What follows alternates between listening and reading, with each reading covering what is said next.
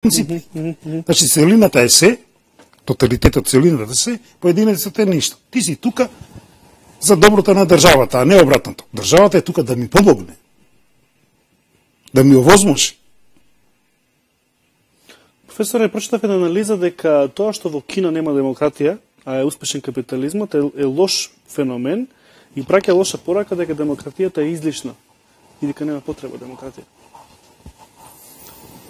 Бидејќи мислам дека се збореше порано дека ако имаш убава демократија, ќе имаш убава економија, но Кина е парадокс во тој аспект. Таму нема демократија, имаш одлична економија.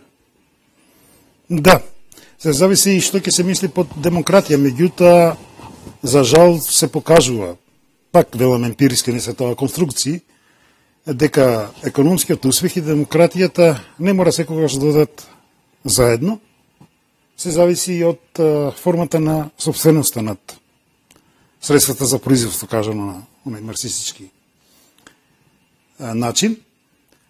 Јас не знам пошто Америка е послободна незиниот граѓани од, да речеме, оној во Кина.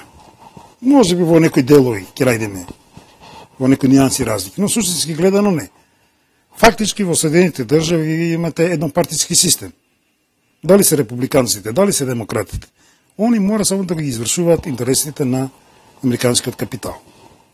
Понатаму, за каква демократија ќе говориме кога вчера протестира Уол Стрит и 700 души се уапсени. Замислите да настанат насилни демонстрации. Тогаш Сирија и Либија ќе бидат бледа копија на оно што ќе се случува во Соединетите држави. Вие сте полната генерација, може би сте наишле на случајот за Родни Кинг. Така, да. Кога еден црнец беше претепан до смрт во Лос Анџелес, црнечкото население се побуни, бараше одговорност од полицијата. Полицијата, како и во секоја држава, не признава одговорност. Така. Ги ослободија судиите нив, беа ослободени сите тројца. Почнаа немири и за една ног беа ликвидирани помеѓу 50 до 60, тоа се официјални податоци, ликвидирани, значи убиени демонстранти во Лос Анџелес, со образложение дека го реметеле јавниот ред и мир. Можете сега да замислите ако го реметеле системот и постоењето на државата. Според тоа, јас не знам за каква демократија можеме да говориме на запад или на исток. Или било каде, освен може би велам нордиските земји, но и тие некако веќе легнуваат под налетот на нова глобализација која го наметнува единствен начин на живење. Мене многу ме интересира, професоре, што мислите вие, зошто пропадна комунизмот во Југославија? Бидејќи навистина чудно, ако го земеме сега, како живееме обичниот граѓанин сега, како живеел тогаш, навистина научна фантастика некој да ви даде стан државен, некој да ви даде автомобил на кредит, иако сте обичен работник. Тоа е сега научна фантастика за некои луѓе. Да си купат автомобил, стан, да може да отидат на одмор. 50% од луѓето не имаат отидат на одмор повеќе од 10-20 години. Зошто тогаш сами си пукао нога? Зошто го уништите тој систем? Јас би бил среќен кога би се работел за научна фантастика, туку се работи за животна фантастика. Што тоа е самиот живот, не. Оно што СФРЈ го имаше, без разлика кој како мисли, беше навистина тешко замисливо за многу западни земји, а камоли за сегашни генерации кои само слушале за тој систем. Сега навистина суштинското прашање е зошто тој систем, ако беше толку добар, пропадна. Мислам дека тука не е можен монофакторски пристап, значи да кажеме, само ова е причината или само ова, туку мора да се има еден повеќе страни или сестран или холистички пристап кон објаснувањето на она што се случи со некогашна Југославија и зашто Југославија пропадна. Дали беа луѓето сити или беа гладни? Ајде да го речитеме тој мит. Дали се живееше економски убаво? Може би луѓето не беа сити, но во секој случај не беа гладни. Значи не беа презаситени, но во секој случај не беа гладни. За да ме разберете. Не возеа може би Мерцедес, БМВ или не знам што, но возеа барем Фичо или Застава некоја. Но денеска и тоа веќе станува дел од фантастика. Да. Не живеа луксузни апартмани, како што денеска некои живеат, но живеа да речеме во станови од 50-60 квадрати, без голем луксус, но имате кров над главата. Тогаш било девизата секому според потребите, од секого според можностите, или како беше таа девизата? Ако веќе пак се враќате на социјализмот и капитализмот, во што е разликата помеѓу социјализмот и капитализмот, според Маркс во социјализмот владее принципот секому според вложениот труд. Значи, вие сте вложиле толку и толку ви си следи. Добро. Колку што се вложиле, толку добивате. Добро. Нормално сите оние одбитоци што си одат, како придонеси и така натаму. А во комунизмот, секој според можностите и секој според потребите. Бидејќи не може секој подеднакво да вложи, ниту пак сите имаме еднакви потреби. Во социјализмот, говорам во југословенската варијанта, се одеше според принципот на социјализмот, значи секој според вложениот труд. Колку вложил, толку прилике да добие. Или, наједноставно кажано, според норма.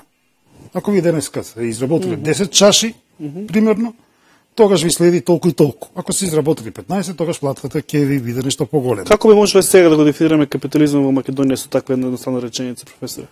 Па јас се плашам дека, се плашам. Тој е голем збор сега. Не баш се плашам, но се прашувам, можеби, дали во Македонија воопшто постои капитализам.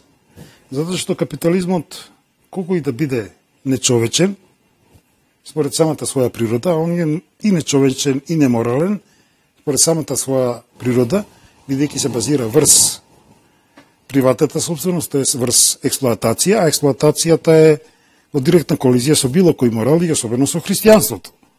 И тие општества наликуваат малку на шизофрени. Од една страна имате експлоатација на луѓето, што е наспроти на христијанството, а од друга страна се колнат во суд или председателот дава заклетва на Библијата која забранува било каква експлоатација. Но да не одиме во тие насоки,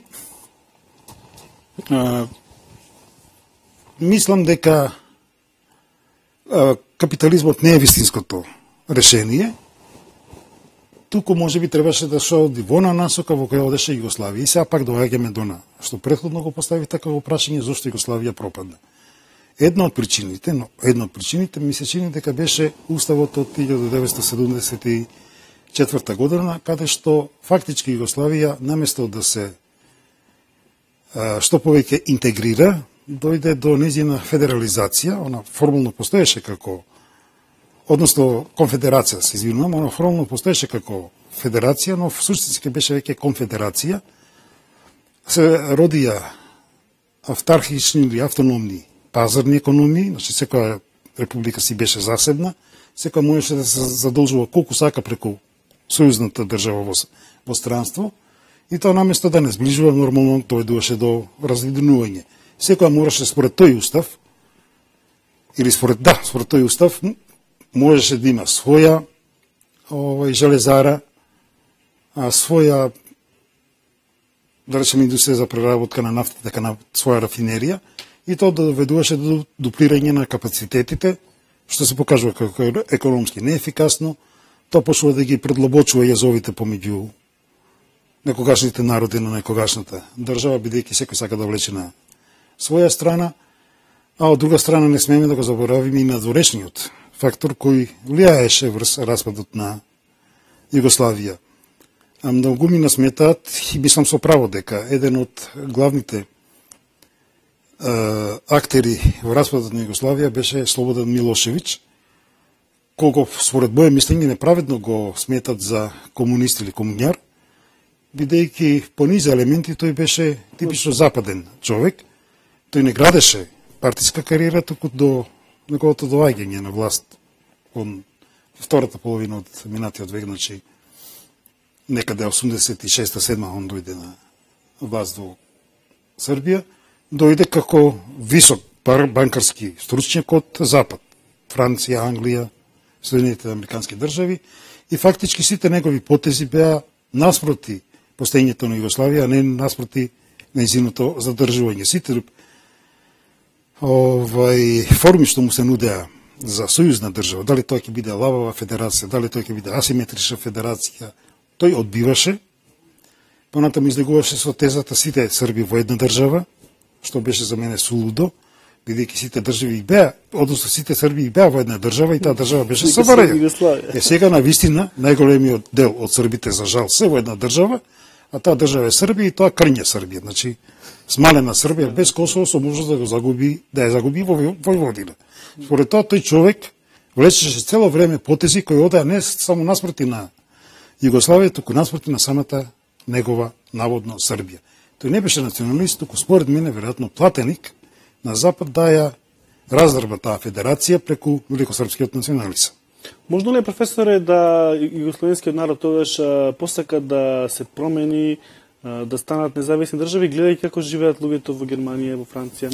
Можно ли тука тој момент да почувствуваат и дека можат тоа тој живот да го живеат? Дури мислам дека читајќи книгата на Лјупчо Георгиевски Остварување на вековниот сон, он пишуваше штета што работникот во Македонија зима толку малку пари, а во Германија зима 2000 марки. Дали се преценивме, дали мислевме дека ние преку ноќ можеме да го живееме тој живот?